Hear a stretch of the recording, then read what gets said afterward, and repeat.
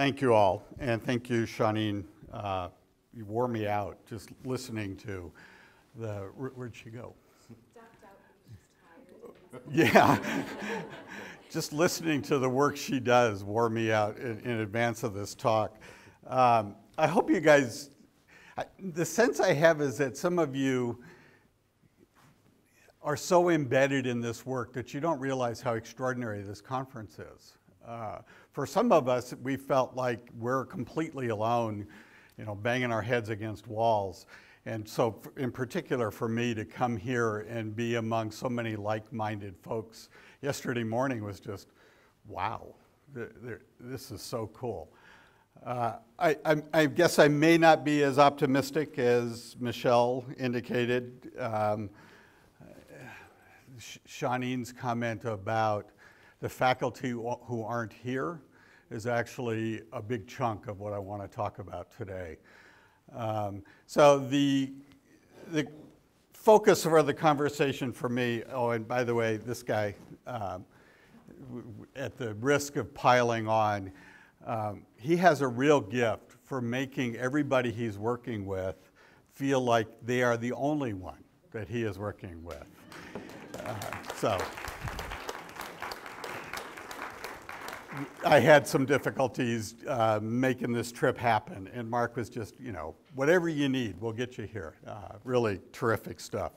So for me, this is motivated by two primary sources. One that we spent most of yesterday, and I assume the day before, I didn't get in until late that day. The frustration over the commodification of the university and all of its aspects. Some of the folks were talking yesterday about false or fabricated austerity. There was a great report, I think it was in the New York Times, about what went on in the California State University system during the recession, where we were in layoff, we were in furloughs, and what this guy, just digging down, found was that, in fact, in absolute dollars, year by year during the recession, the system received more money. The per capita per student ratio went down a little bit, but not a huge amount. And so, of course, he asked, well, where the heck did all that money go? It went to administration. So if you look at the graphs, it's, you know, a classic alligator mouth. The administration lines are going like this, and the faculty lines are going down. For me, that's reflective of the nature of the problem. And as we'll see, it's not just the lines that are identified as administration. Lots of faculty positions are, in fact, quasi-administrative now, doing the work of the administration, but not identified as such. They're identified as faculty lines. The second motivation is actually the one that Mark asked me to come and talk about. The ways in which, and I think it was David yesterday, reinforced the need for those of us, particularly in the humanities, to remind people of the value of the humanities. And I think one of the really important ways we can do that is in our role as public intellectuals. For some of us, again, we'll talk about that. The problem, as we'll see though, is we haven't figured out a mechanism for crediting that work. We don't know how to tell people that's good stuff, keep doing it. Oh, and by the way, do the same number of publications you're supposed to be doing, teach the same number of classes, and serve on the same number of committees. And having been through that, I'm now tenured full, I don't have to worry about that stuff. I've been working to try to establish some criteria for our junior faculty who we are trying to encourage to do some of the same stuff, and that led to the last 2/3 of the conversation today, trying to come up with mechanisms for making sense how to do all that stuff. But let's talk about the first one. The only thing that bothered me a little bit yesterday was I heard an awful lot of administration bashing. Administration and society at large. I kept hearing the Koch brothers throughout all of yesterday. They're sort of our enemy in the US, driving much of these educational reforms Bill Gates, surprisingly, the Broad Foundation was mentioned yesterday. And as wonderful as it is, and I really do think it is wonderful that a lot of you are working on those big macro level social justice kinds of considerations, my focus is a little bit more, not micro, but meso. What are we doing at the institutional level to try to work on this stuff? And I actually don't think it's fair to blame the administrators. As we heard yesterday, most of them really do hate it.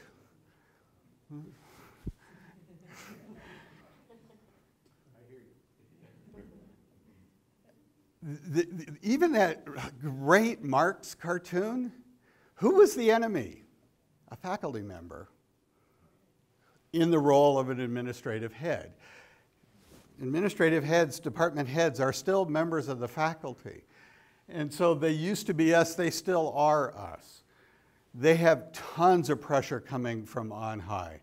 I helped hire our most recent Dean of Arts and Humanities, and we regularly commiserate over drinks. He would love to do what I do, which is resist, as we'll talk about, but he can't. He serves at the pleasure of the president. The president serves at the pleasure of the Board of Trustees. The Board of Trustees serve at the pleasure of the governor and indirectly the legislature. And how did they get recognized for their work? We get recognized through promotion and tenure processes. In our system, it's through accreditation. And for us, it's WASC, the Western Association for Schools and Colleges. That's their RTP process. And they want to get A's in it. They can't get A's without us. And so we're given a choice, we the faculty. We're given a choice. We went through ours, just finished it a couple years ago. And for the 3, 4, 5 years leading up, they turned us into little eager beavers. And I think we had profound choices along the way. And this gets at the faculty who aren't here today. Many of the faculty embraced that role because it got them the right kinds of perks. David yesterday used Das Mann as the sort of evil out there somewhere. Oh, yeah. So while we're doing this and they're trying to get A's, I kept saying, can't we just get a C or a C minus in our accreditation process? Can't we just pass? And our president serves on the commission, so he couldn't get a C minus. He was putting pressure on the provost. Provost didn't want to get a C minus, so she puts the pressure on us. How many of you have read Rhinoceros, Ionesco's? So instead of Das Mann, which is some vague they out there that Heidegger does this glorious job of scaring the hell out of us with, Ionesco's wonderful absurdist play is, I never know which is the difference. It's either a metaphor or a simile of how one gets caught up in groupthink. And first, one person in the play, one person thinks, hey, how cool would it be to be a rhinoceros? And he becomes a rhinoceros. And then other people gradually get caught up in that way of thinking. Well, for faculty, they dangle a course release time in front of us, and you wake up in the morning with a horn. Or they offer you half release time, and you've got 4 legs and a tail. And of course, the golden grail is the whole shebang. You have full release time and you're a full-on rhinoceros. Those who want to resist that pressure risk being trampled in this metaphor or simile, whatever it is, quite literally. So we are constantly told, yesterday we were told, you should resist. And we did. Michelle was talking about saying no to the forms.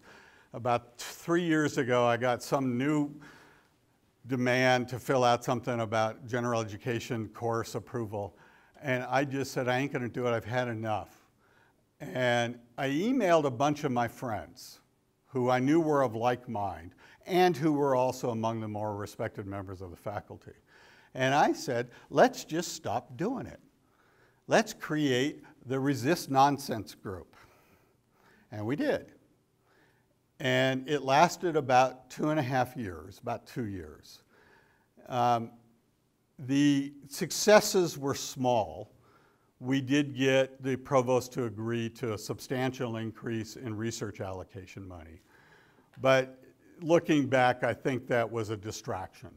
Here, we'll give you guys some cookies, and now as we're doing all this massive overhaul reform and you're looking the other way, they're going to slip all of the bureaucratic nonsense in, and we just have a ton of it now. And part of what was happening in the midst of all of that was that the faculty, even those who were part of the group, were not willing to go out publicly and challenge the administrators, or I think even more importantly, challenge their colleagues who were getting the horns and the tails. They felt fearful, and they, in the back of their head, were maybe thinking, if I'm a good boy or a girl, maybe I'll get a course release time too. And it's important to remember that we are not powerless in all of this stuff. The book I'm working on now is on professional ethics. It's these days considered a whole separate area. And part of what you look at are what are the criteria that separate out the professions traditionally understood from other kinds of occupations. And they include certain kinds of higher education, a normative commitment to your client's well-being, and a key one is this idea of self-regulation. Lawyers determine who's going to be a lawyer. Judges determine who's going to be a judge. They also determine who's going to sanction their own. Doctors set their own criteria. We set our own criteria. We decide who's going to be a member of the faculty and who's going to be retained and identified as successful as a member of the faculty. It's in fact not the administration. Now, some of the stuff we were hearing yesterday about what's going on in England, it may be that that's that horrible future we have to run away from. But at least in the United States still, the administration cannot change our criteria for tenure and promotion. We also play some role, at least, in selecting who will be our administrators and certainly who will be our department heads. And the we, of course, is those of us who fell into these more protected positions. And we define the curriculum. So thinking about that, switching the gears now to the talk that Mark asked me to come and do, one of the ways that we can respond to this idea that we can just junk the humanities. 2 years ago, they tried to cancel, we're a joint department of philosophy and religious studies. They tried to cancel the religious studies program, and they kept saying, philosophy, you're next. And part of how we were, in our particular case, we were able to diffuse that is because our department is very well known and very well respected, in part for our work as public intellectuals, because our ethics center is indirectly attached to the department. And so we staved that off, and I think for the foreseeable future, religious studies is going to die by attrition, but philosophy will probably sustain. So thinking about ways to remind people of our value, we also need to be thinking in that process about who among us should be doing this kind of work, how should it be done, and in particular for our conversation today, how do we evaluate it? Michelle's giving out cool t-shirts in the Bronx. Should she get some credit on her post-tenure review or her annual? Joel's radio broadcasts. From experience, that stuff's hard. You spend a lot of time doing that well. I can almost guarantee, Joel, are you still here? Yeah. It's probably counted as service in his annual reviews. Doing intervention, activist intervention rather than research, cool, great, but that's not going to get you tenure. And even the celebration of how interdisciplinary the university is becoming, for most programs still, at least at R1s, at least, if you are not publishing in your discipline's journals or with the right book house, you're not going to get tenure and promotion. So all that interdisciplinary stuff is perfectly cool after you do all the other stuff. So one of my graduate school mentors is, James noted, my degree was from the University of Tennessee, where at that time they were one of only 2 programs that had a doctorate in philosophy and bioethics. And they were really training us to do something like public philosophy. One of my mentors, great guy, went on to another university, and upon being hired was told by the dean, your publication record's fine. What I really want you to do is get out there in the hospital, do some good consulting work, create opportunities for our students, and don't worry about it, you'll get tenure. You know how this story is going to go. That dean left, and he was denied tenure. And I haven't heard from him for 20 years. That really motivated me that after I got tenure that we needed to change our criteria in our program to make sure that kind of thing doesn't happen. And these days, there's an increasing call, an even greater call, I think, for faculty to be out in the public arena. Some of you may have seen a little over a year ago, Nicholas Kristof in the Times did this lovely piece on why faculty should be out there engaging the public, engaging in political conversation, doing great community activism, all of the things that so many of you folks are doing really well. While they're calling for that, they haven't figured out how to credit it. A month after Kristof's column, these 2 professors were fired from Columbia. Of course, the backstory is extraordinarily complicated, but it really does look like in the end, it came down to they were spending too much time doing their public work and not enough time doing the traditional work. And neither of them was in a tenured position.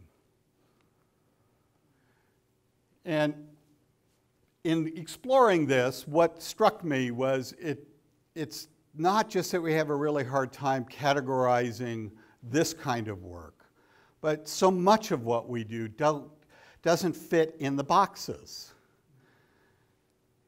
Much of my publications, many of my publications have come out of my teaching.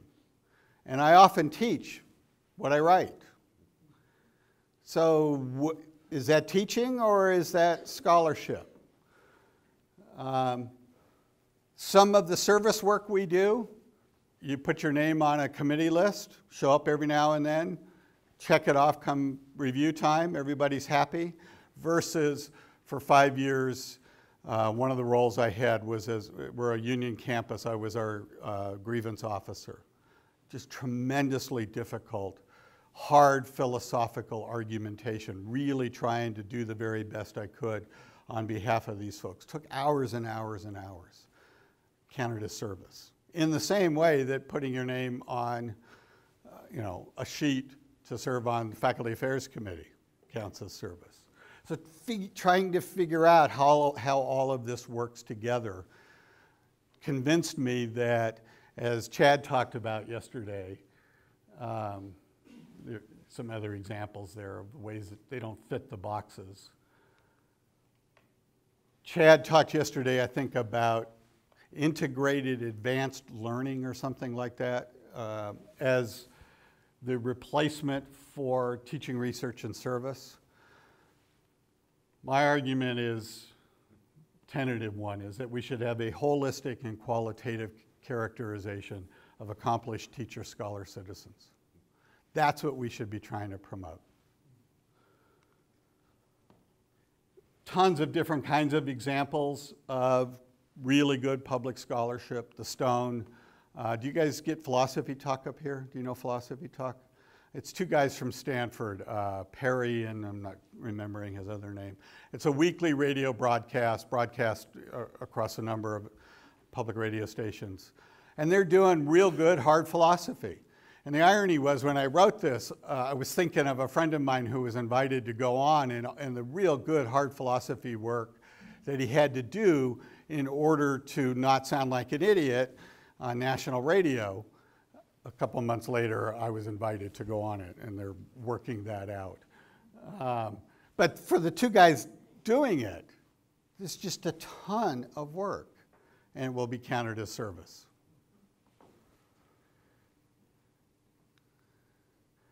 So, do those things count as teaching? Of course they do. We're doing teaching every time we open our mouths, I think. Whatever context we're in, we should be doing some kind of teaching. But it's not only teaching. Is it service and scholarship? Sure, we're serving our community, we're serving our university, but we're also doing good, in my case, philosophically driven work, often far harder than some of my publications. So if it doesn't really fit those categories, what do we do with it? We're back to that conclusion. So how do we justify that? And here's where my argument's a little more, I'm still in the trying to figure this out phase, so I'm really hoping you guys have some feedback. It motivated me to do a meta-level shift. What's the purpose of a university? What are we trying to achieve? The stuff that we take for granted on a daily basis, I think it's important for us to reassess who we are, what we're about.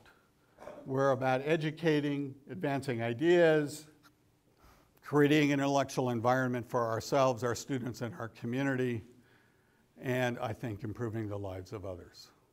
Not just our students, but the community in which we are based. So how do we do all that? That's just a partial list. In trying to figure out, again, which box to stick that stuff in, you talk to anybody who does any kind of complicated academic work, when they get ready for the review, they're finding themselves saying, well, I don't know where this goes, I'll just shove it in here. So instead, I think we need to be looking at this much broader category. And among the problems with doing that, and I acknowledge there are some serious ones, the reason why we think scholarship, one of the reasons we think scholarship is so important is because we are looking for affirmation that our colleagues are good at what they do. And one of the ways we get that affirmation is by outsiders taking a look at it, getting that peer review. It makes our lives easier. We don't have to do the qualitative assessment ourselves, somebody else can do it. And for the kind of, particularly for public intellectual work, it's hard to do it, but it can be managed. You can seek outside commentaries from the people that you work with. What are they doing? How is it valuable? How does it contribute to, and then give them a list of the university's missions. How does it contribute to your mission? Second problem, we're a very conservative group, small c. We don't like the university changing. I've been at it for 30-some years. I hate to see the changes we're going through. I want to preserve the ivory tower. We really don't like messing with what has worked. But we also need to be regularly engaged in the self-reflection to do it better. When I talk about let's change our criteria from the traditional 3 to this one holistic and qualitative approach, people just get nervous. They don't know quite how they would fit in that. And very few faculty engage in that regular kind of self-reflective, who are we about? Maybe because they don't have time, as we heard yesterday. They're dealing with too many dang emails. But that's what a conference like this is supposed to do. It's supposed to help us step back, reflect upon what's important and why it is, and how do we better promote that. It's also tough to quantify. How many hours? Well, yeah. Again, it can be done. You can talk about how many hours, how many students, how many cases, how many op-ed pieces, whatever it is that some bean counter, somebody who likes numbers needs to see, you can do that. In the end, those numbers will capture this much of what you're really doing when you're doing this work. It's a much bigger, much broader, much more encompassing project. So that means you got to come up with some kind of criteria. If you are going to change the way we evaluate our faculty, in my ideal world, we have a single sentence. We seek to advance excellent teacher scholars, the determination of which will be made by one's peers. We know it when we see it, and that's what we should be trying to promote. And yes, it would demand that we do qualitative reviews, which are hard work, and they're emotionally hard work, saying to somebody, yeah, I know you got this published in X, but really that argument? Realistically, the reason we have more extensive criteria are for reasons like these. We get petty jealousies, we're lazy or too busy. We get historical animosities that have built up over time. So you need to have some kinds of protections built in.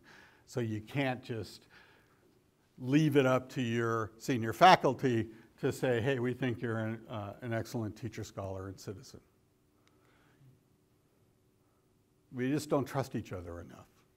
And having worked as the union grievance officer, there's good reason to not trust each other enough. So instead, I think what we need to do again is back up. What's the purpose of the university? Come up with a list, something like this, and then translate any departmental criteria or university-wide criteria through those. And however that's done, if it's done in the classroom, if it's done in a hospital, if it's done in community activism, if it's done on a radio show, if it's done through publishing with Oxford University Press, whatever. However it gets done, we have to credit it if it's helping to achieve those things. And just a reminder, we really do have some power here. We get to dictate who gets in, who sticks around, and how success is defined.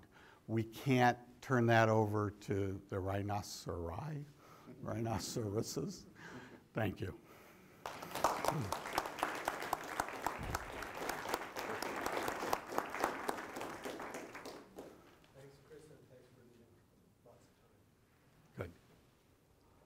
So I want to preface this by saying I do meditation, and at my last meditation class we talked about that the Buddha says we have 5 fears. First one was dying, second one is losing our livelihood, can't remember, but the last one is actually fear of speaking in public. And I thought, that's weird, I don't mind speaking in public, and then I realized, oh my God, he meant like here. So I'm about to say something that may be controversial, and I'm a little fearful about it, but if you can't say it here, like that would be a problem. So, and I'm also not raising this so much to provoke a debate, I just really want to put this out there to people to think about. And that is, I almost want, well no I don't almost, I really want us to ask, instead of how should we evaluate, I want to ask why should we evaluate and why do we evaluate? And I want to say we are putting so much effort into how do we change what the boxes are, maybe turn them from boxes into circles, instead of saying let's get rid of the box making. Like, we have not been subject to this evaluation from time immemorial. There are still universities in Canada, for example at York University, where they don't go through these annual reviews. You submit your CV once a year and that's all you do. So we're almost entrenching a process that is so problematic. What I would like us to think about are how do we change the conditions that put this process into place as opposed to how do we try to reform the process to make it a little gentler or kinder. And I'll just say one more thing, I can't quite remember it, but there was a talk on the radio once. Somebody asked, what's the value of falling in love? And falling in love is intrinsically valuable. And asking the question actually reduces it and turns it into something instrumental. So what we do is valuable, and we should spend our time doing valuable things rather than figuring out how to convince our managers that what we do is valuable. So I think that's kind of a problematic thing to raise here, or maybe it's exactly what we might want to talk about here. Cool.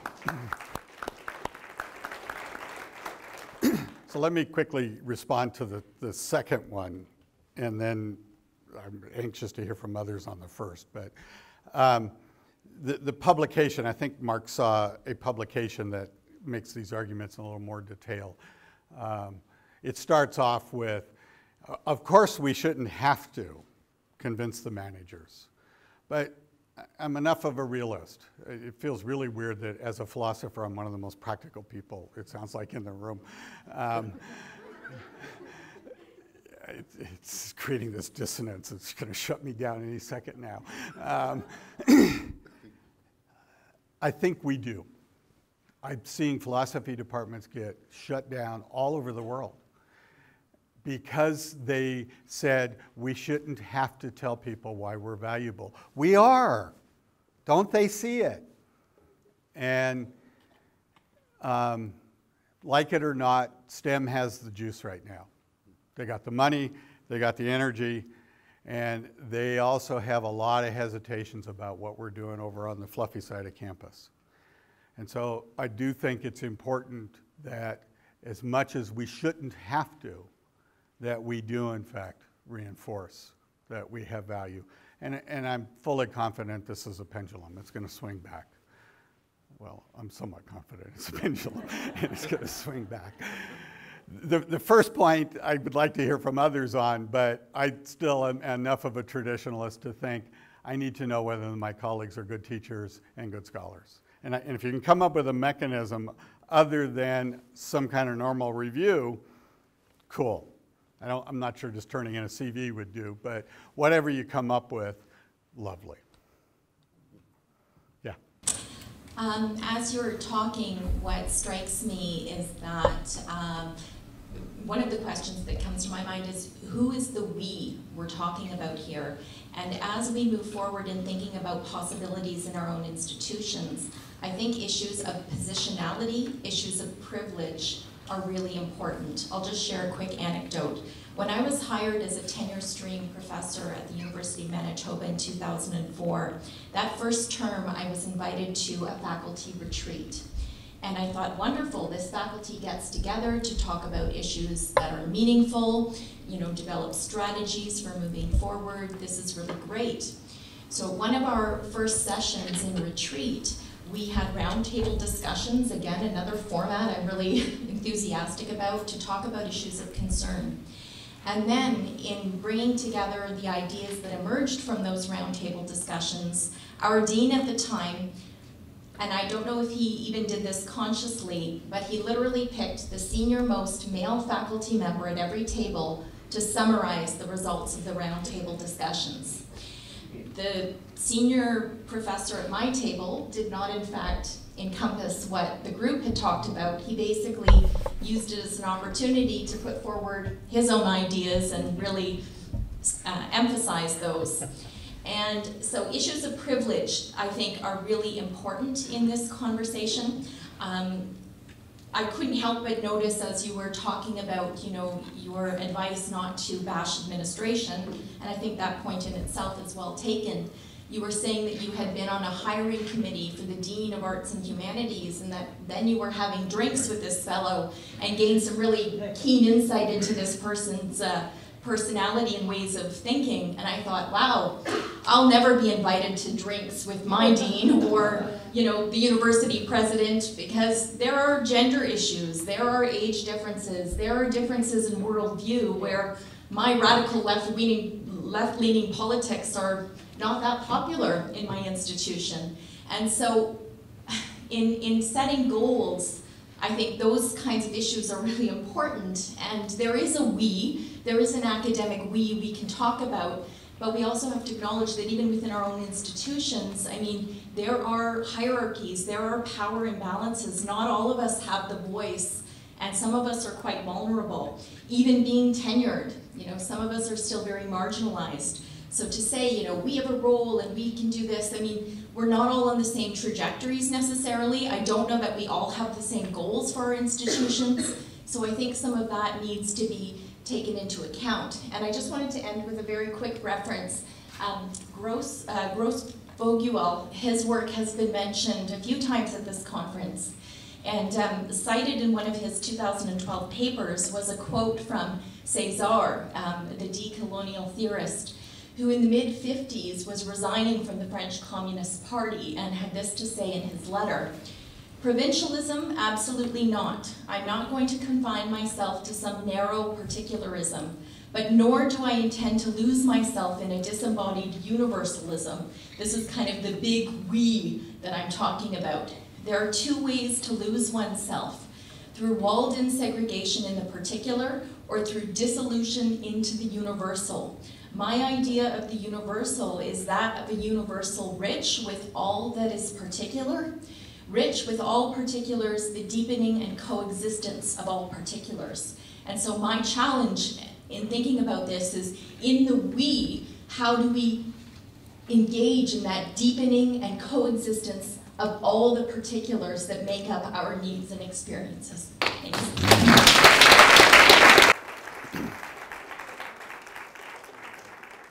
So a lot there. Let me try to address. I don't disagree with anything you said. So I'll start with an optimistic note. With 20 years ago, I wouldn't be having drinks with the dean either. And maybe 10 years from now, your dean will be a leftist radical woman. And somebody else won't be having drinks with her. So you don't know now what positionality changes, right, throughout one's career. I have the advantage of being a tall, large, white male with a loud voice and plenty of confidence. Some of my work in bioethics is criticizing consensus-based views, particularly Habermasian kinds of views, because in fact what happens in those settings is the guy, typically the guy with a white coat, is the one who speaks last. So power's everywhere. I don't by any means want to play that down. My wife is in some sense, temporary faculty member in the computer science department. A female in the computer science department shows why I put that hesitant caveat in there. She's also beloved by everyone. There's zero chance she will ever lose her job, but she doesn't feel that way. She feels that sense of tenuousness all the time, and the sense that if she said anything a little too controversial, that tenuousness gets thinner. So I hope I have some appreciation through her and through most of our union folks, in fact, are what we call lecturers, temporary status folks, people I've worked with for the last 20 years. I hope I have some appreciation for the tenuous position that a lot of those folks are in. That's why when we started this Resist Nonsense movement, the initial invite went only to safe, tenured full professors who otherwise had the respect of the university, who could stick their noses out. And then others came into the fold, but it was always us who spoke. That got a little old, that we were the only ones speaking, and I was trying to motivate some of the other safe faculty members to be willing to step up. And that's part of the reason we ran into problems, that just folks weren't comfortable enough doing that. There's a lot of fear out there about how the administration will respond to people. So I think you're exactly right that we needs to be more subtle than just my asterisk version. and we need to find ways to get other people's voices into the conversation if necessary. One of the roles, again, to my research in clinical ethics, one of the roles of the clinical ethicist is as a power equalizer. Nurses often feel tremendously at an asymmetrical disadvantage. And so they'll come to me and I'll go to the doc to express their concerns for them. And there got to be mechanisms for how we can do that in the university as well. Please. One of the things that I am frustrated by is the notion of a delayed safety or a delayed opportunity to be somebody who can say something true. And I think that safety is a false safety in general. I think it's a conditioning safety, it's a socializing safety that, well, and it's all a protracted, so K to 12 has become a protracted step system towards college, and then a graduate school is a protracted now step system towards tenure, and by this time you've spent 20 years not feeling like you can say anything, and then by the time you can say something, you've been totally bought in so many ways. And I know you all know this. And I think that safety is such an illusion, too, because I remember when I got tenure at my first institution, I thought, okay, I have tenure at an institution that is constantly changing the terms and the conditions of my labor. And so that tenure did not feel like freedom. That tenure felt like a saddle. That tenure felt like I was now, what does it mean to be tenured here when you can't offer me any stability and you are changing what it means to do this work? So one thing that I have been thinking about is not to get rid of tenure, but to have tenure be at the point of hire. What would that mean to what our work looks like?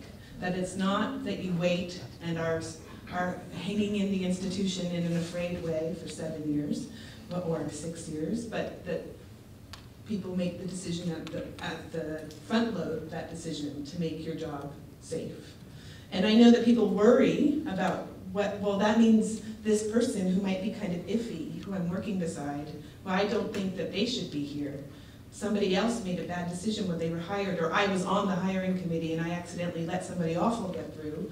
But tenure never works to get rid of the assholes. Like, the assholes are still there. So I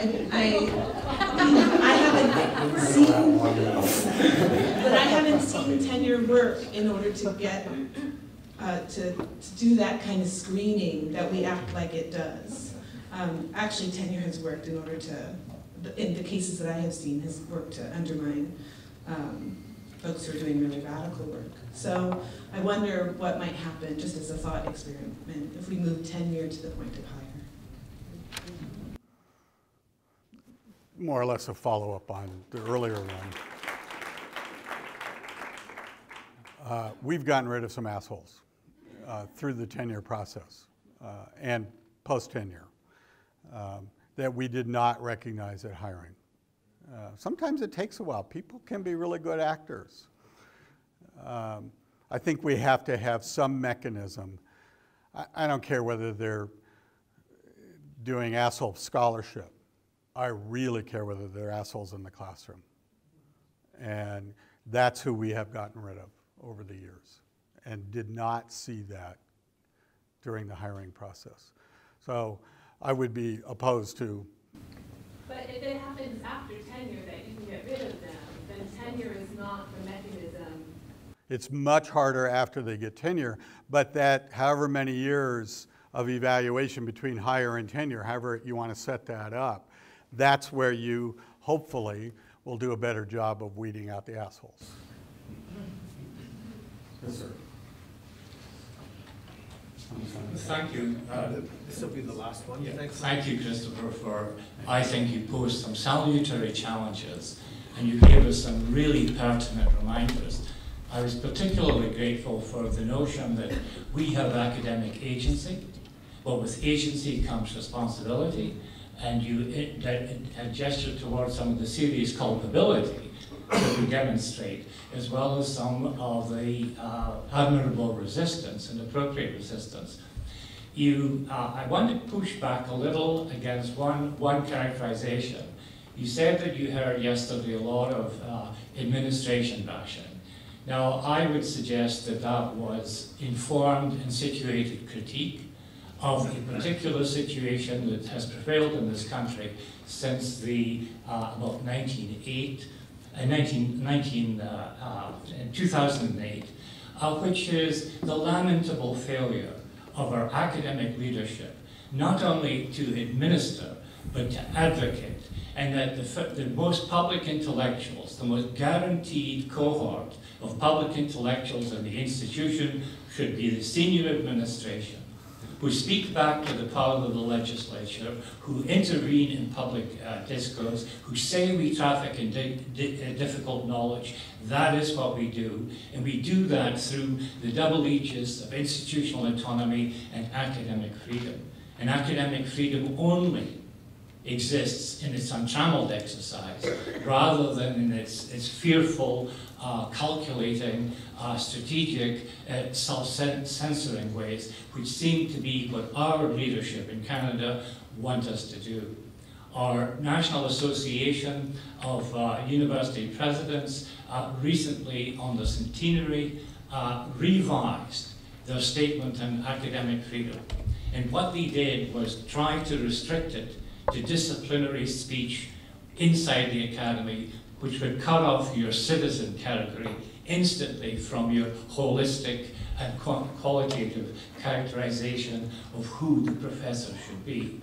So it seems to me, Stephen Collini, the Cambridge intellectual historian, in a book called What Are Universities For?, points out when the assault on the UK came on a wonderful post-secondary system, the most zealous advocates of tough love were the vice-chancellors. The people who purported to lead the institutions were worse. They were quislings on steroids. They were damaging the enterprise. They were betraying the relationship to the professoriate whence they had come, more than any redneck out there, any flinty-hearted corporate type or whatever. That our leadership has been singularly failing in its silences, in its self-censorship, in its internal authoritarianism. So if it sounded like administration bashing, it was a poor, gentle approximation to the tough law. We should direct upwards.